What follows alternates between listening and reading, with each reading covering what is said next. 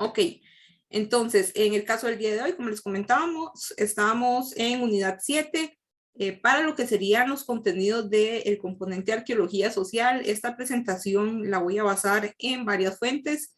En primer lugar, vamos a ver lo que sería el trabajo de Margarita Díaz Andreu, una publicación del 2005 que es sobre género y arqueología.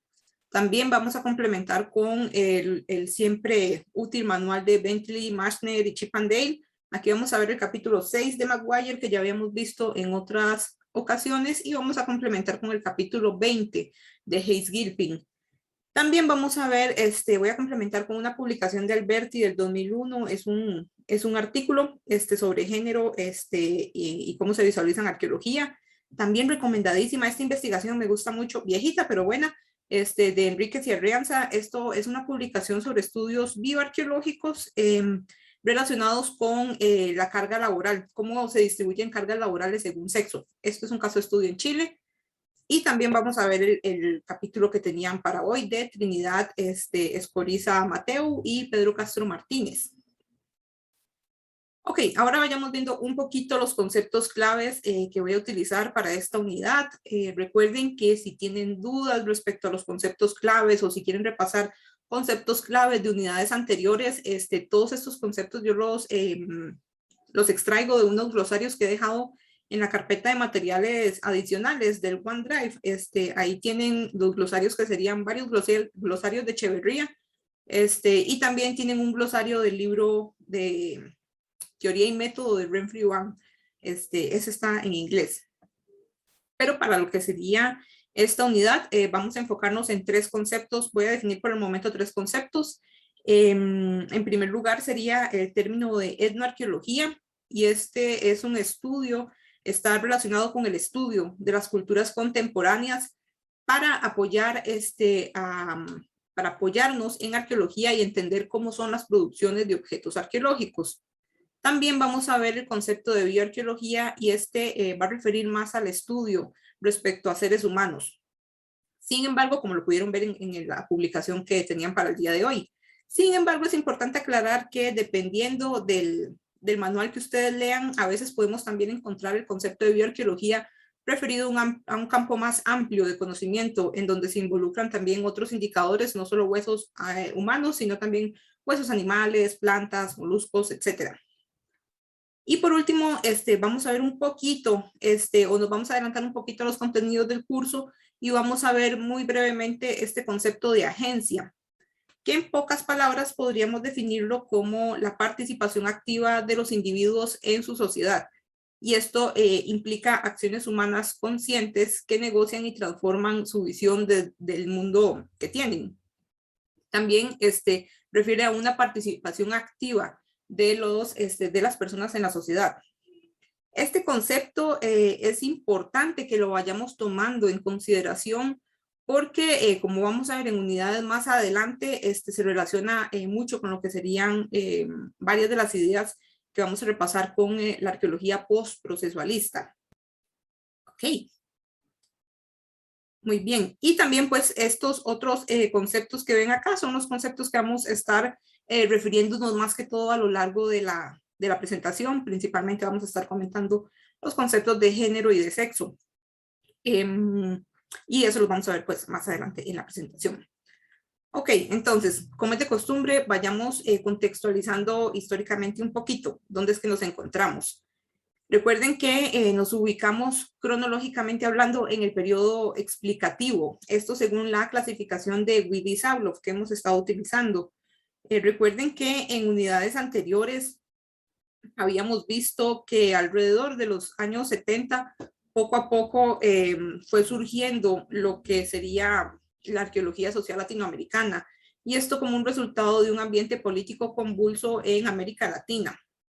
Así también, como vimos este cuestionamiento, este ambiente político convulso, también vimos un poquito sobre un cuestionamiento de la arqueología social latinoamericana respecto a una arqueología para qué y una arqueología para quiénes. También vimos que la arqueología social latinoamericana pues expresó su descontento respecto a la arqueología procesual y su énfasis en aproximaciones sistemáticas. Y sumado a esto, vemos también entonces que este descontento se apoya en el surgimiento también o en otro descontento que viene surgiendo desde el sector feminista, que reclamaba un cambio en el foco de análisis de la arqueología, así como una mayor participación de las arqueólogas en la generación de conocimiento.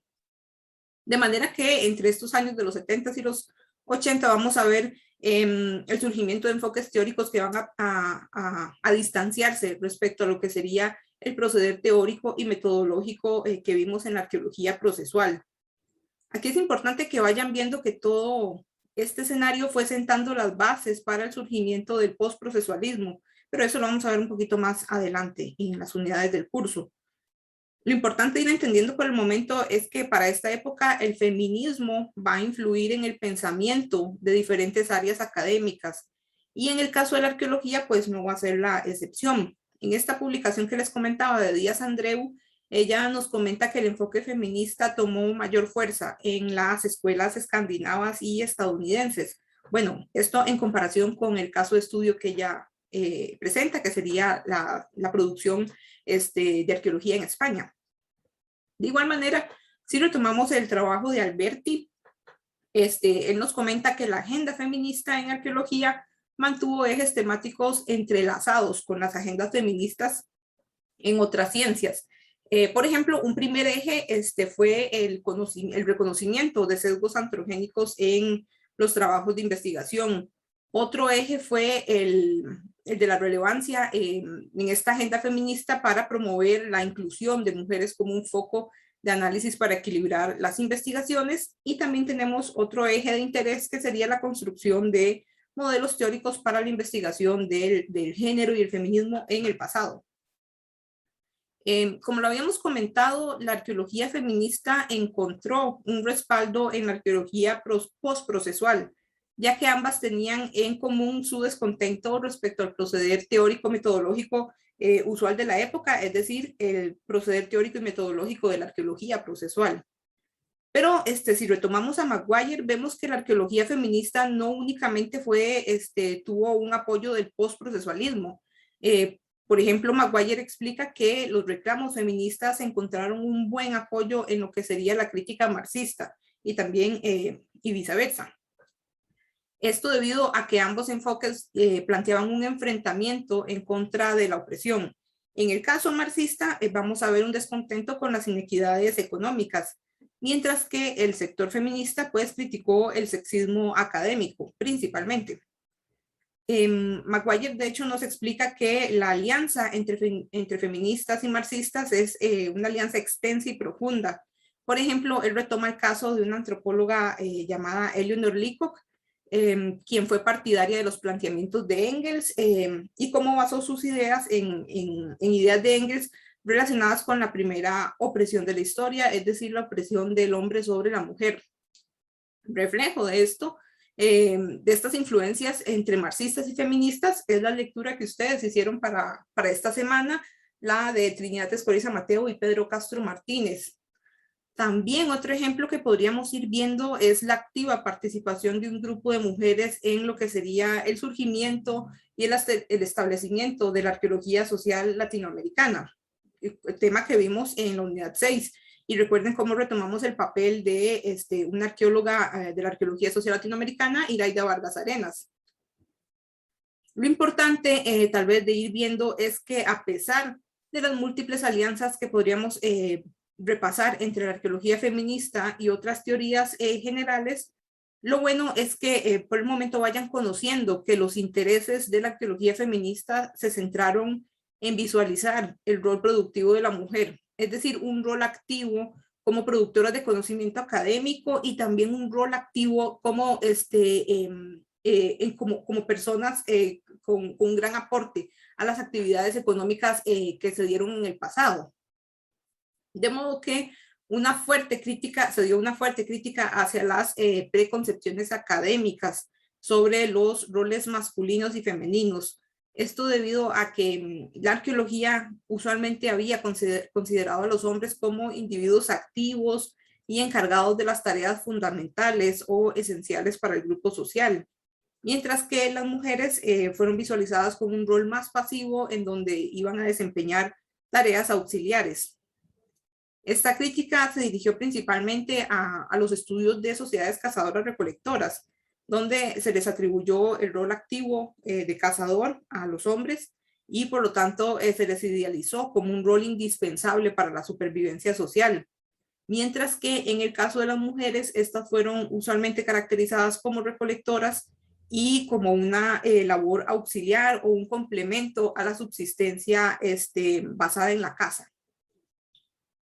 Sin embargo, esta división de trabajo por sexo actualmente no es sustentable a nivel de datos. Por ejemplo, aquí les recomendaría el artículo de Enríquez y Arriaza que estábamos mencionando al inicio, en donde a pesar de que la discusión de este artículo no se enfoca en temas feministas o temas de género, podemos notar que para el periodo arcaico los investigadores encontraron una diferencia en las tareas, no encontraron una diferencia en las tareas desarrolladas por sexo. Es decir, tanto hombres como mujeres desarrollaron las mismas tareas y esto pudieron verlo principalmente a partir de los estudios bioarqueológicos. También es importante que entiendan que las categorías por sexo o por género no van a definir automáticamente una división de trabajo. O sea, no podemos pensar de manera universalista que dependiendo del sexo o del género de una persona, automáticamente podríamos inferir las labores que desempeñaron. Aquí nuevamente es importante que vayamos haciendo tal vez una pausa y que recordemos algunas ideas que habíamos abordado el semestre pasado con la propuesta teórica de la arqueología social de la Escuela Española. Recuerden que vimos el artículo de Castro y compañía de 1996. Acá los autores nos comentaban que la diferenciación sexual se traducía en diferencias sociales que nacen usualmente en las prácticas socioparentales y se van a consolidar en las prácticas sociopolíticas. Esto también pudieron ustedes retomarlo un poquito en el trabajo que leyeron para el día de hoy. Todo esto se debe a que históricamente, o se ha planteado que históricamente se estableció un contrato social entre hombres y mujeres que llevó a la naturalización de los roles entre estos dos sexos, lo cual vino a reafirmar la discriminación femenina y a consolidar una distancia social a nivel de sexos. Entonces, debido a la especialización de la mujer en la gestación de sujetos sociales, que vemos, los autores plantean, es una tarea exclusiva de las mujeres debido a sus características biológicas. En este caso, entonces, los hombres van a quedar excluidos de esta tarea. Pero si retomamos a Díaz Andreu, ella más bien nos va a invitar a repensar estas relaciones o esos contratos de los que nos hablaban Castro y compañía, o que ustedes leyeron en el caso de Escoriza Mateu y Castro Martínez.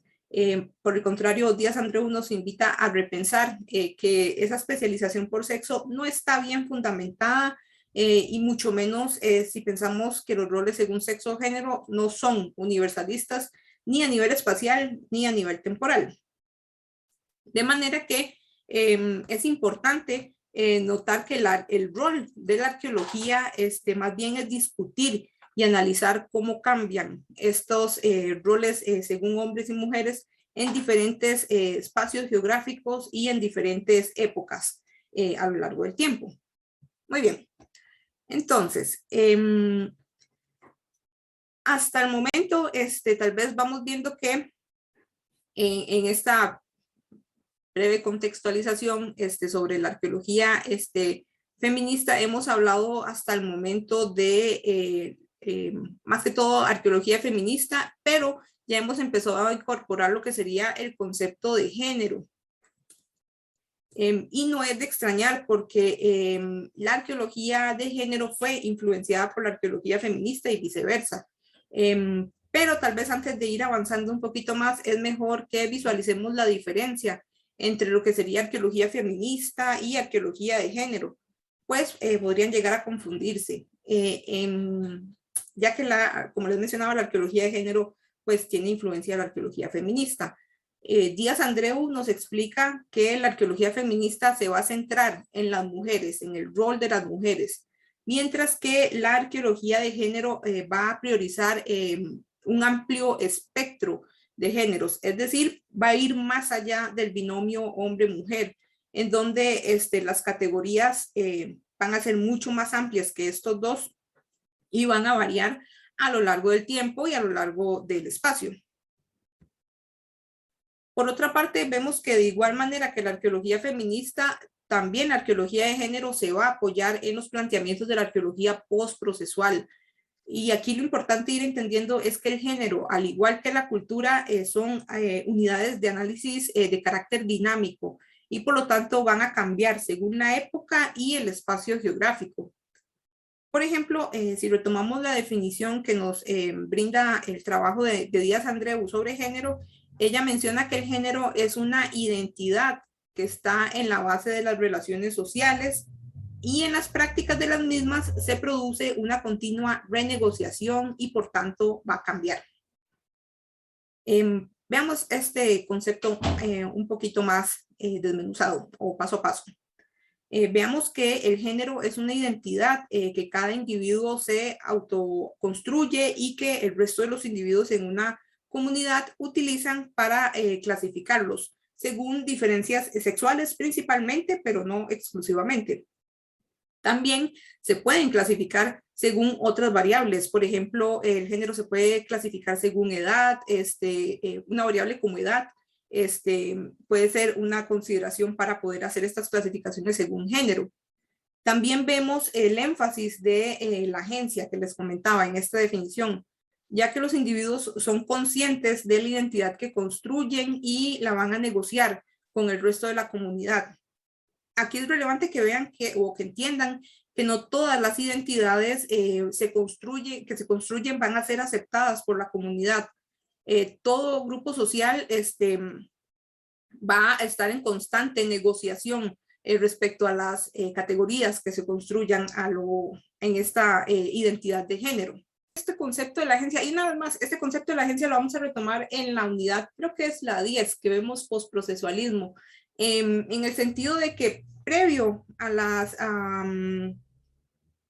digamos, previo a la arqueología postprocesual, es decir, cuando teóricamente hablando hubo un predominio de la arqueología procesual, estas perspectivas respecto a cómo se comportan, podríamos decirlo, los seres humanos, era una forma de visualizarlo como muy pasiva, en el sentido de que se visualizaba a los seres humanos como individuos sin una conciencia en el actuar, sin una, digamos, conciencia respecto a sus actividades. A eso me refiero, digamos, con un rol pasivo.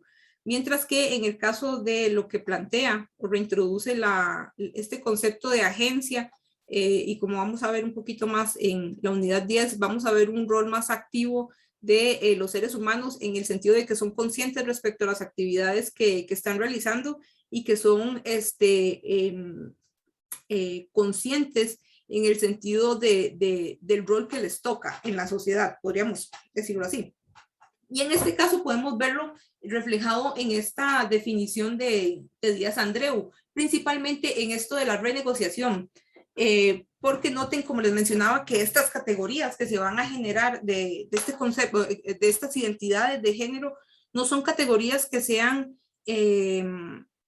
son categorías que se establecen a lo interno de cada grupo social, pero no son categorías que sean aceptadas por el grueso de la población, de manera que van a estar siempre en constante cambio por esa renegociación, en el sentido de que pueden ser opuestas a las categorías estándar, podríamos decirlo, de un grupo social, y que pueden surgir pues identidades en oposición a las identidades estándar. Y una vez más, aquí tal vez esta palabrilla de lo de diferenciación sexual, es importante retomar que este concepto de género no se basa, o las formas en las que se construyen esas categorías de género no solo se basan en una diferenciación por sexo, hay muchas más variables que se pueden tomar en consideración y esas variables van a cambiar dependiendo de la cultura que se estudie, podríamos decirlo, y también van a cambiar a lo largo del tiempo. Eso es lo importante. El punto, digamos, del concepto interesante que nos brinda Díaz Andreu es el hecho de que no hay un patrón establecido. Más bien, las formas en las que cambia las identidades de género va a ser el foco de estudio de la arqueología de género, conociendo, digamos, tomando en consideración que se deben entender de manera particular a nivel espacial y a nivel temporal. Aquí para ir continuando con la presentación, lo interesante de que vayan notando es que es importante que vean que hay un alto grado de complejidad para poder estudiar los temas de género en arqueología.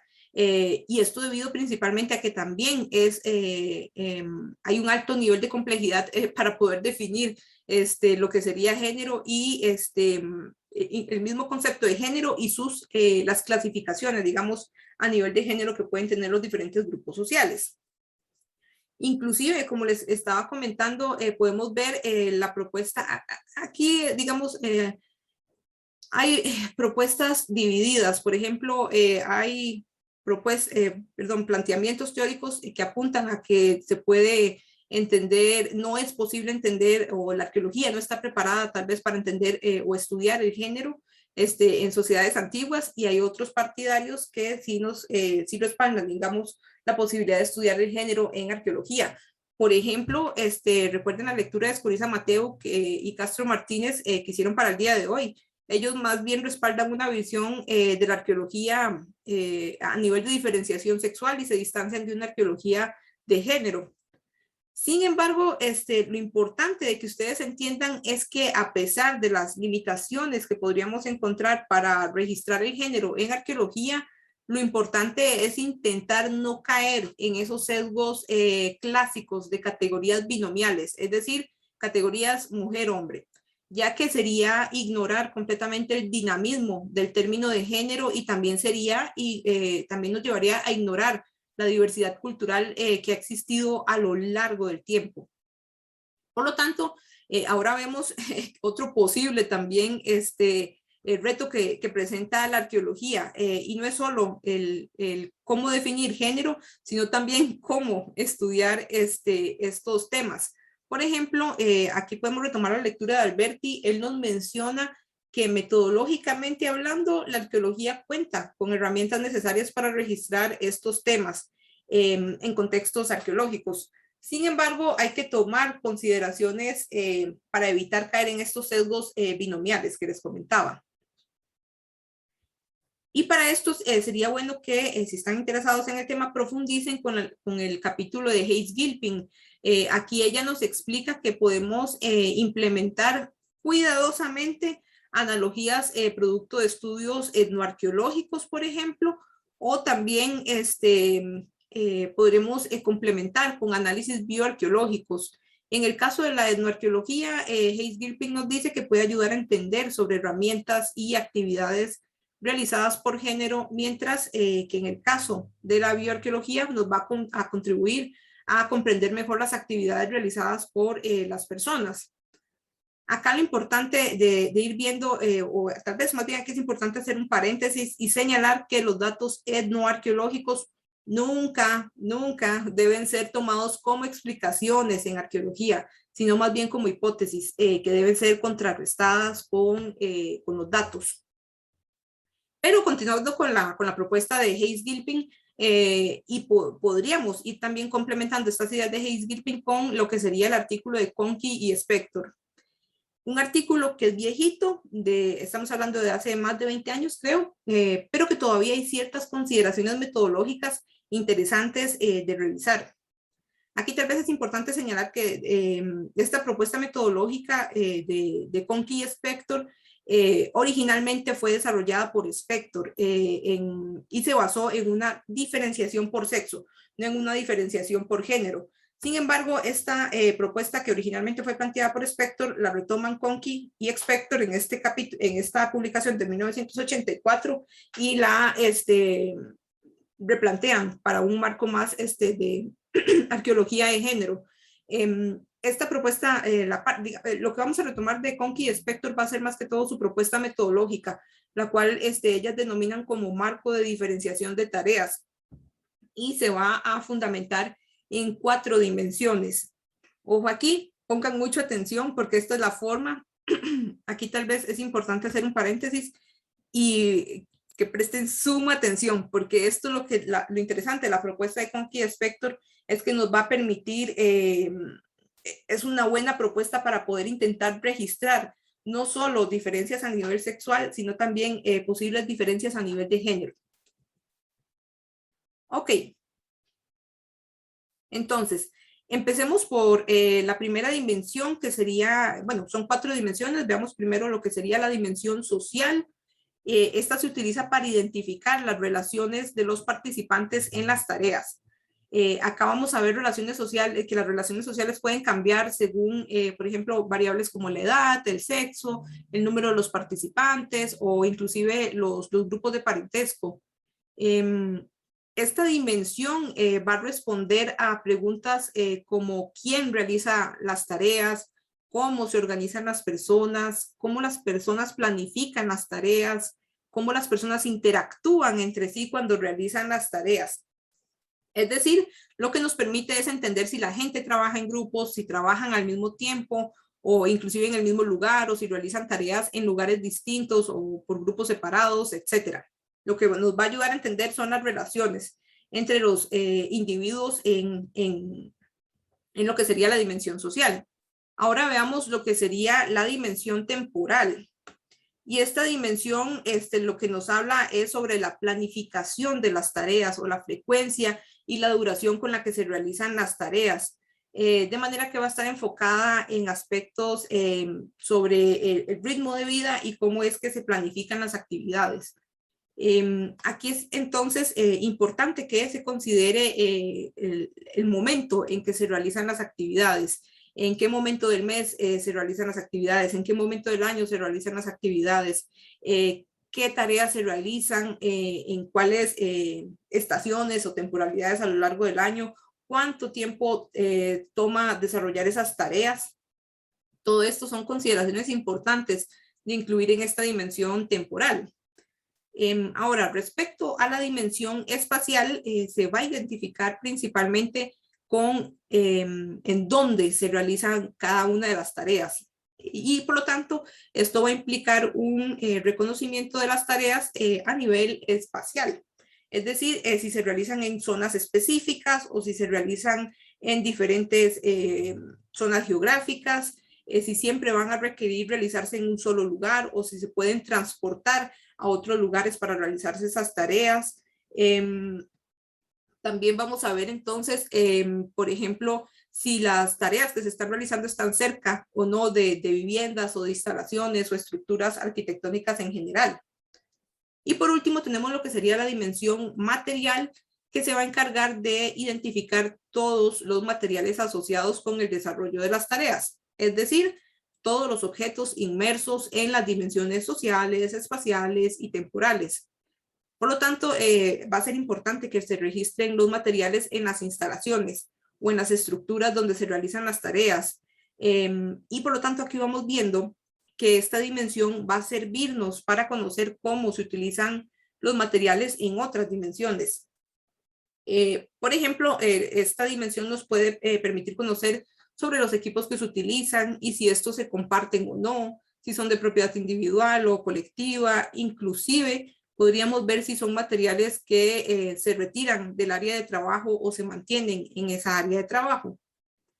Noten aquí que esta propuesta de Conkey y Spector es principalmente de carácter económico, pero recuerden que como hemos aprendido y heredado de la arqueología funcional, la arqueología procesual y la misma arqueología marxista, todos los elementos van a estar conectados entre sí. Si conocemos un aspecto de la cultura, podemos conocer sobre otros aspectos. ya que todos se van a influir el uno al otro. Entonces, si bien podemos inferir varios aspectos de la vida antigua a partir de la dimensión económica, por ejemplo, también es importante que notemos las limitaciones de esta propuesta de Confie-Spector respecto a otros ámbitos u otras esferas de la vida antigua. Por ejemplo, aquí podemos ver una limitación respecto a los aspectos ideológicos principalmente. Por lo tanto, en lugar de pensar en limitaciones, más bien pensemos en consideraciones que debería enfrentar la arqueología para poder estudiar, por ejemplo, temas de género en relación con ámbitos, con temas ideológicos en el pasado.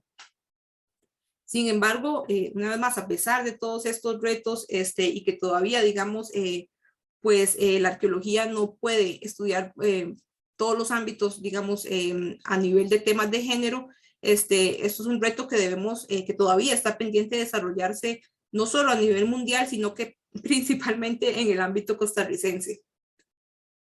Ok, para ir finalizando, en general pudimos ver que estas teorías, tanto la arqueología feminista como la de género, son de carácter temático, de manera que se van a complementar muy bien con otras teorías que hemos visto a lo largo del curso y que vamos a ver, por ejemplo, la teoría marxista y la postprocesualista. También vemos que a diferencia de otras clases, no definimos en esta ocasión el concepto de cultura. De hecho, vimos el término de género, que se va a definir según la cultura que se estudie, ya que, como les había comentado, es un concepto que es dinámico y diverso a nivel temporal y espacial. Por lo que el género es un concepto que va a implicar una participación activa de los individuos en la construcción de sus identidades. También es importante que sepan que tal vez una de las principales críticas que se ha hecho a la arqueología de género es el propio concepto de género, porque implica una dificultad a la hora de identificar categorías de género en el registro arqueológico. Pero nuevamente, como he comentado, lo importante es entender que el fin de la arqueología de género y de la arqueología feminista, ambas no están interesadas en generar categorías o hacer clasificaciones de identidades según sexo o según género. Por el contrario, estas teorías van a estar interesadas en estudiar las relaciones sociales en torno a las identidades de género o en torno a los roles de las mujeres en el pasado, y cómo estas van a influir en las tareas que se realizaban en el pasado. Si bien posiblemente no podemos distinguir un amplio espectro de categorías de género, lo importante es que seamos conscientes de que la clasificación normativa de hombre-mujer puede ser un sesgo que debemos evitar a la hora de registrar nuestros datos. Por lo tanto, estas categorías binomiales son más que todo algo propio de nuestra cultura y de nuestra época, y que no necesariamente son representativas de sociedades antiguas. También estas teorías nos van a hacer un llamado de atención respecto no solo al rol activo de la mujer, tanto a nivel académico, sino también el rol activo de las mujeres y también podríamos decirlo, otros géneros en el pasado. Inclusive, si están interesados en esta temática de arqueología feminista y arqueología de género, una vez más, recomendado que le echen una ojeada al capítulo de Hayes Gilpin. Ahí ella nos menciona sobre temas de interés para la arqueología de género y la arqueología feminista. Por ejemplo, tenemos ecofeminismo y Dios es madre, un tema más que todo que se ha desarrollado en Europa durante la edad del Neolítico y la edad de bronce. Luego también nos mencionan un poquito sobre estudios de cazadores-recolectores, que mencionamos un poquito en la clase respecto a esa propuesta inicial de roles activos masculinos, roles pasivos femeninos y cómo se ha criticado. Y también tenemos otra lista, digamos, de temas de interés que se desarrollan desde estos enfoques, por ejemplo, asimetrías de género, que pudimos verlo un poquitín con la lectura de Escoriza Mateo y Castro Martínez, ciclos de vida y género, también temas de masculinidades o temas de sexualidad. Todo esto son áreas de estudio usualmente desarrolladas desde estos dos enfoques teóricos. Ok, y como es de costumbre, recuerden que está el cuadro síntesis de lo que hemos discutido para la clase de hoy y ya está en mediación virtual.